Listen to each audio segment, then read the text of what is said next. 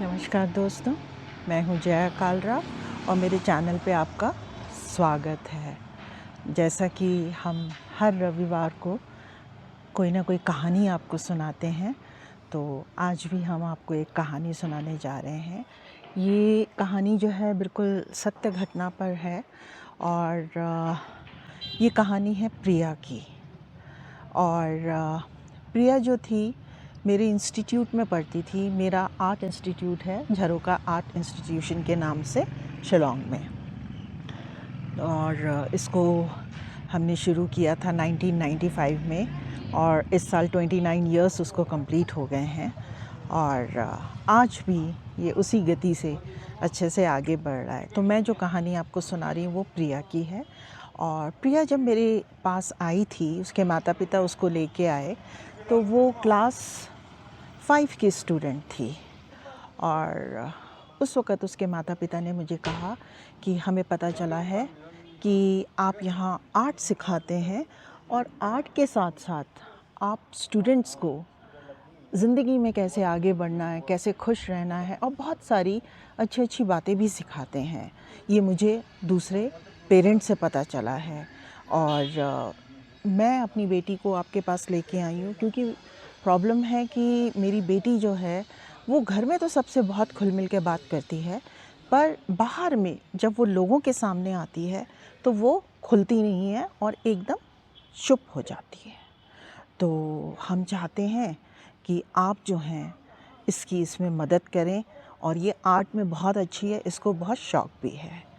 तो उसके बाद प्रिया ने हमारे इंस्टीट्यूट में एडमिशन ले लिया।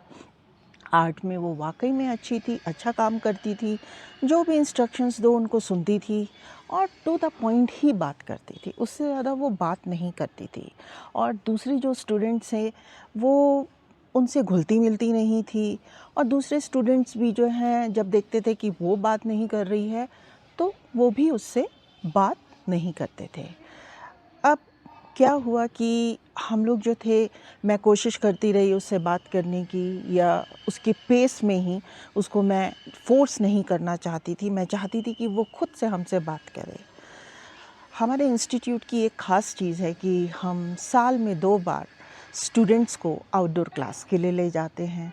और आउटडोर क्लास में जहाँ भी हम ले जाते हैं तो वो खाली क्लास ही नहीं होती, वो एक पिकनिक की तरह भी होता है। तो हमारी ये ऑल टुगेदर 4 से 5 घंटे की जो क्लास होती है आउटडोर की, जिसके अंदर में हम स्टूडेंट्स को 2 घंटा बोलते हैं कि आप ड्राइंग करिए, और हम उनको लाइव ऑब्जेक्ट्स जो उनके सामने होता है वही बनाने के लिए उनको बोलते हैं। जैसा कि मैंने कहा कि हम उनको जो लाइव ऑब्जेक्ट्स होते हैं बाहर में, जो भी सामने दिख रहा है, पेड़ दिख रहा है, पौधा दिख रहा है, गमला दिख रहा है, या फिर कोई पोल दिख रहा है, कोई बिल्डिंग दिख रही है, वही सब बनाने के लिए हम उनको बोलते हैं। तो इससे क्या है कि बच्चे बहुत कुछ लाइव ड्रॉ करना सीखते हैं, या उनकी पर्सपेक्टिव भी बढ़ती है। तो उस वक़्त में हम लोग शिलांग पीक, यहाँ पे जगह है शिलांग पीक, जो जिसको व्यू पॉइंट बोलते हैं, जहाँ से पूरे शिलांग का जो व्यू है वो बहुत अच्छा दिखता है। तो हमने डिसाइड किया कि हम लोग वहाँ जाएंगे। और उस वक़्त क्लास के अंदर 60 स्टूडेंट्स थे।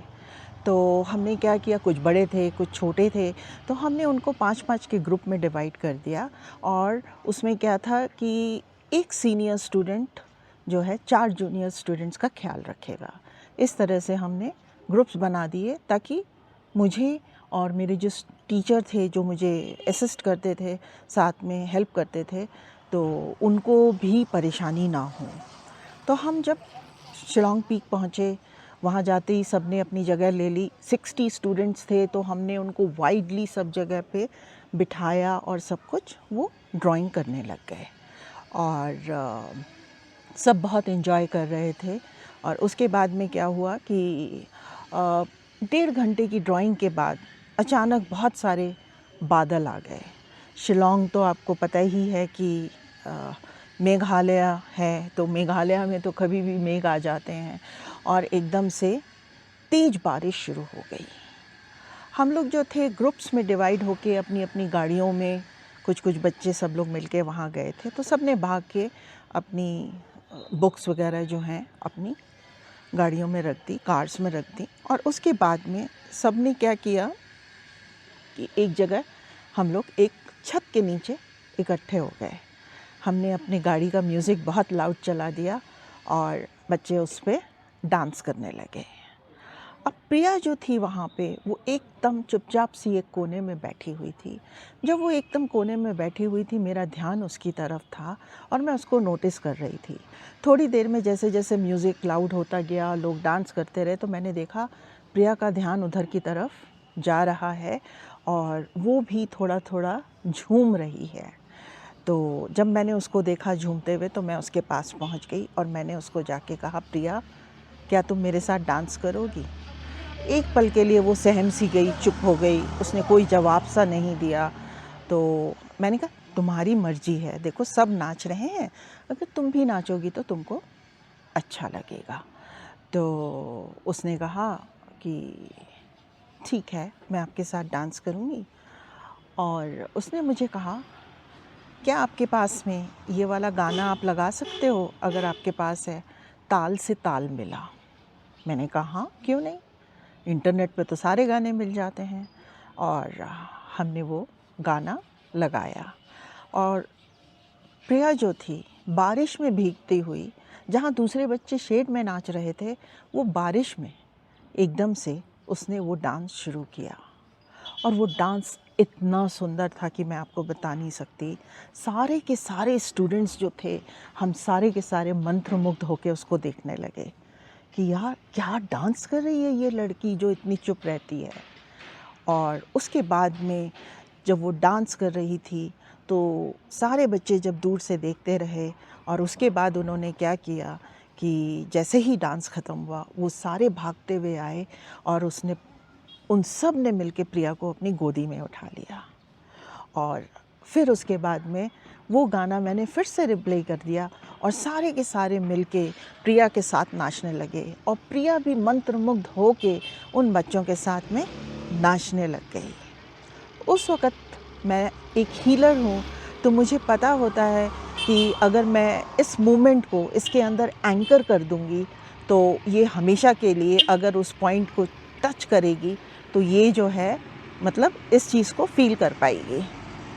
तब मैंने, जब वो बिल्कुल अपने पीक स्टेट में थी, मैं गई और मैंने जाके उसके हाथ को ऐसे दबा दिया, ऐसे अंगूठे से प्रेस कर दिया और मैं प्रेस करती रही और उसके साथ मैं भी झूम झूम के डांस करती रही। बाद में क्या हुआ कि सारे बच्चे जो थे उसके साथ खुश थे। अब मैंने देखा कि वो भी दूसरे बच्चों से बात करने लग गई। बच्चे भी उससे खुल के बात कर रहे थे। कई बच्चे उसको बोल रहे थे, तुम हमको ये डांस सिखा दो। वो भी बहुत खुश थी। उसने देखा लोग मेरे पास बढ़ के आ रहे हैं बात करने के लिए, सब कुछ। उसके बाद में हम लोगों ने खाना खाया। हम सब लोग क्या करते थे, अपने अपने घर से अपना टिफ़िन जो लाते थे, कुछ स्पेशल टिफ़िन लाते थे और उसमें एक जन का खाना हम एक्स्ट्रा लेके आते थे और उस खाने को हम सब लोग बैठ के शेयर करके खाते थे। तो आप समझिए 60 लोगों का खाना कितना होगा। वो 60 लोगों का खाना एक वाइड स्प्रेड था। बारिश रुकने के बाद हमने वहाँ पे फिर से अपने मैट्स वगैरह बिछा दिए और हम सब लोगों ने मिलके खाना खाया और बहुत एंजॉय किया। उसके बाद हम लोगों ने देखा, मैंने देखा कि प्रिया सबके साथ घुल मिल रही है और बात कर रही है, लेकिन कम बात कर रही है पर कर रही है। उसके बाद हम लोग पिकनिक ख़त्म करके अपने घर आ गए। उसके बाद मैंने नोटिस किया कि अब प्रिया क्लास में दूसरे बच्चों के साथ शेयर कर रही है, बात कर रही है, हंस भी रही है। मुझे बहुत अच्छा लगा। और उसके बाद उसके पेरेंट्स एक दिन आए और उन्होंने मुझे कहा कि स्कूल से भी टीचर ने बताया है, अब ये लोगों के साथ में घुलती है और मिलती है। और मैंने प्रिया को बताया, मैंने प्रिया को बोला, बेटा आपको जब भी ऐसा लगे कि कोई सामने वाला आपसे बात कर रहा है और आपको ऐसा लगे कि आप नहीं खुल पा रहे हो, तो आप इस पॉइंट पे प्रेस करना और आपको सब प्रॉब्लम आपकी उस वक़्त छूमंतर हो जाएगी और आप बहुत खुशी से बात कर पाओगे। तो उसको लगा जैसे ये कोई जादू है, क्योंकि वो छोटी थी, मैं उसको क्या एंकर के बारे में समझाती। मैंने उसके पेरेंट्स को ज़रूर समझाया कि मैंने उसके हाथ में एंकरिंग कर दी है, जब भी आपको ऐसा लगे तो आप उस पॉइंट को दबा देना। धीरे धीरे अब वो एंकर करते करते उसकी आदत हो गई। अब उसका परफॉर्मेंस क्लास में, आर्ट क्लास में भी, एज़ वेल एज़ उसके अपने स्कूल में भी बहुत अच्छा हो गया। और उसके बाद वो जब क्लास 10 में आई और वो स्कूल की प्रीफेक्ट भी बनी, और उसको हर चीज़ में, मतलब हर चीज़ में पार्टिसिपेट करती थी, और उसका परफॉर्मेंस बहुत अच्छा था। उसके बाद में जब वो क्लास 10 में थी, उसने एग्ज़ाम्स दिए और सब सब्जेक्ट्स में लेटर लेके पास हुई। तो आप समझिए, वो बच्चा जो एकदम शांत रहता था, बात नहीं करता था, वो बात करने लगी, और उसका परफॉर्मेंस कहाँ से कहाँ चला गया। फिर मैंने प्रिया से कहा, प्रिया तुम क्या करना चाहती हो? उसका इंटरेस्ट आर्ट्स में बहुत ज़्यादा था। फिर उसके फादर की पोस्टिंग आ गई, और वो हमारा इंस्टीट्यूट छोड़ के चली गई। जाने से पहले वो हम सब से मिलने आई, और मेरे लिए एक बहुत सुंदर सा प्लांट लेके आई कि मिस, ये मेरी याद है। आज इतने साल हो गए, आज भी वो पॉट मेरे पास में है। और मैंने उसको थैंक यू बोला, उसके पेरेंट्स को भी थैंक यू बोला, कि मैंने कहा इसको लाके आपने मेरी भी बहुत मदद करी है, क्योंकि मुझे भी कुछ सीखने को मिला है। और प्रिया का शौक़ आर्ट में बहुत ज़्यादा था। उसके बाद वो बाहर चली गई, और उसने आगे जाके आर्ट्स ही अपना सब्जेक्ट चूज़ किया। और वो समय समय पे मेरे को अपनी जो भी ड्राइंग्स होती थी वो बना के भेजती रहती थी, और मैं भी उसको बहुत अप्रिशिएट करती थी। उसके बाद एक दिन मुझे मैसेज मिला कि वो ग्रेजुएशन भी कंप्लीट कर लिया और उसकी शादी तय हो गई। अब वो शादी होने के बाद वो अपने हस्बैंड के साथ में बाहर चली गई, अपने हस्बैंड जहाँ रहते थे वहाँ चली गई। और दोस्तों, उसके बाद उसके हस्बैंड की पोस्टिंग जो थी वो कनाडा में हो गई, और वो भी अपने पति के साथ कनाडा चली गई। अब जो वो वहाँ चली गई तो उसको कुछ भी समझ नहीं आ रहा था कि मैं भी कुछ काम करूं। उसके हस्बैंड इंजीनियर थे, तो वो काम करते थे। तो उसने एक दिन मुझे ऐसे ही मैसेज किया और पूछा, मिस मैं बहुत बोर होती हूँ, जबकि घर का काम बहुत होता है, पर मैं भी कुछ करना चाहती हूँ, आगे बढ़ना चाहती हूँ। तो उसके हस्बैंड ने उसको कहा कि तुम आगे पढ़ाई करो। तो मैंने उसको कहा, अगर तुम अपनी हॉबी को परस्यू करना चाहती हो तो तुम एक काम क्यों नहीं करती हो, वहाँ पे लोगों को, छोटे छोटे बच्चों को आर्ट सिखाना शुरू करो। तो उसको मेरी ये बात बहुत भा गई। मैंने कहा, तुम्हारे अंदर कला है, तुमने इतना कुछ सीखा है, तुमने मेरे साथ इतना टाइम बिताया है, क्लास 5 से लेके क्लास 10 तक 5 साल का समय में जो कुछ तुमने सीखा है, तुम उसको आगे सिखाओ। और वो बड़ी खुश हुई, और उसके बाद उसने अपना स्कूल वहाँ पे खोला, और वहाँ पे वो छोटे छोटे बच्चों को, जो फॉरेनर्स थे, कुछ इंडियंस थे, वो सारे आने लगे। उसके हस्बैंड के जो ऑफिस के लोग थे, उन्होंने अपने बच्चों को भी भेजना शुरू किया। धीरे धीरे उसकी लोकेलिटी में भी ये खबर पहुँच गई। और उसके बाद में उसने जब इस स्कूल को देखा कि ये आगे बढ़ रहा है, उसने टीचर भी अपॉइंट किया। उसके आगे उसने और भी सीखा। सीखने के बाद उसने अपने स्कूल को वहाँ पे रजिस्टर किया। तो आप देखिए, वो लड़की जो किसी से बात नहीं करती थी, कहाँ से कहाँ पहुँची। और इसमें मैं आपको एक चीज़ और बताना चाहती हूँ कि यहाँ मैंने उसका नाम बदल दिया है प्राइवेसी की वजह से। और दूसरी चीज़ है कि जो प्रिया, जब हम पिकनिक से लौट के आए थे, जब मुझसे बात करने लग गई थी, तो एक दिन मैंने उसको अकेले में बुला के पूछा।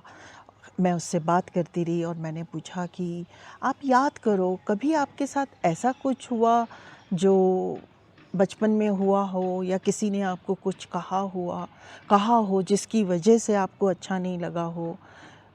तब उसको एक बात याद आई, और उसने मुझे बोला कि जब मैं केजी में पढ़ती थी, एक मेरी बहुत अच्छी फ्रेंड थी, जो मेरी फास्ट फ्रेंड थी।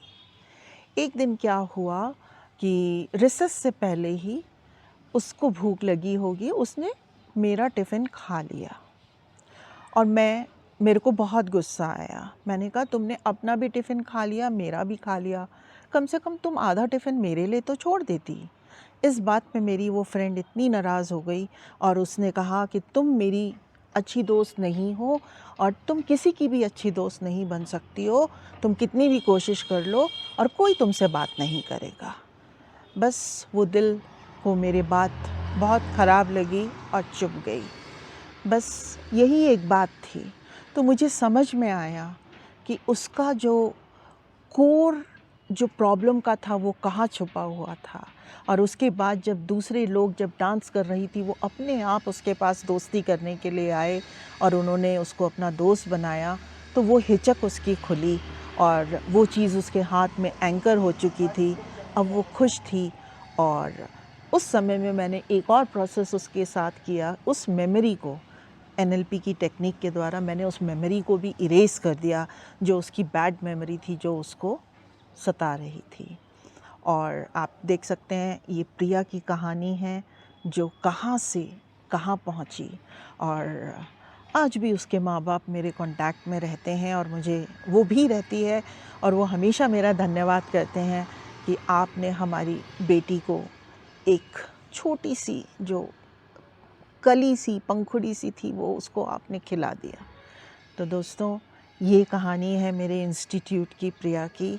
तो हमारे इंस्टीट्यूट में जब भी बच्चे आते हैं, मेरी पूरी कोशिश होती है कि मैं उनके साथ में एक फ्रेंडली एनवायरनमेंट रखूं और जो कुछ मैं कर सकती हूं, उनको सिखा सकती हूं, आर्ट के साथ-साथ वो उनको मेंटली उसमें भी शिक्षा दूं और ट्रेन करूं। तो दोस्तों, आज के लिए इतना ही और मुझे आशा है आपको प्रिया की कहानी ज़रूर पसंद आएगी। अगर और भी ऐसी कहानियाँ सुनना चाहते हैं तो हमें ज़रूर लिख भेजिए और कमेंट बॉक्स में कमेंट करिए कि आपको ये कहानियाँ कैसी लगती हैं और दूसरों के साथ शेयर भी करिए। और अगर आपने अभी तक मेरा चैनल सब्सक्राइब नहीं किया है दोस्तों, तो प्लीज़ उसको सब्सक्राइब करिए। तो फिर मिलते हैं अगली वीडियो में एक नई कहानी के साथ, एक नए जोश के साथ। तब तक के लिए नमस्कार।